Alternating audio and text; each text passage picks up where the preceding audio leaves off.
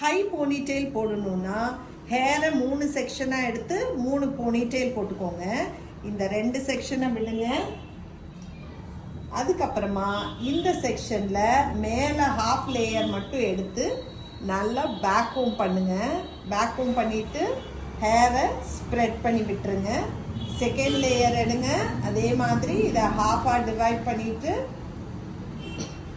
Back Kom பண்ணுங்க. Back Kom பண்ணி spread பண்ணிடுங்க. தேர்ட் லேயர் எடுத்து விட்டுட்டு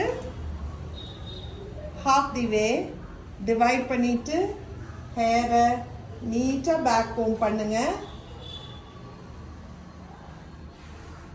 பண்ணிவிட்டு ஸ்ப்ரெட் பண்ணி விட்டுட்டிங்கன்னா ஹை போனி அதே சமயத்தில் லென்த்தும் மெயின்டைன் ஆகும். ட்ரை பண்ணி பாருங்க.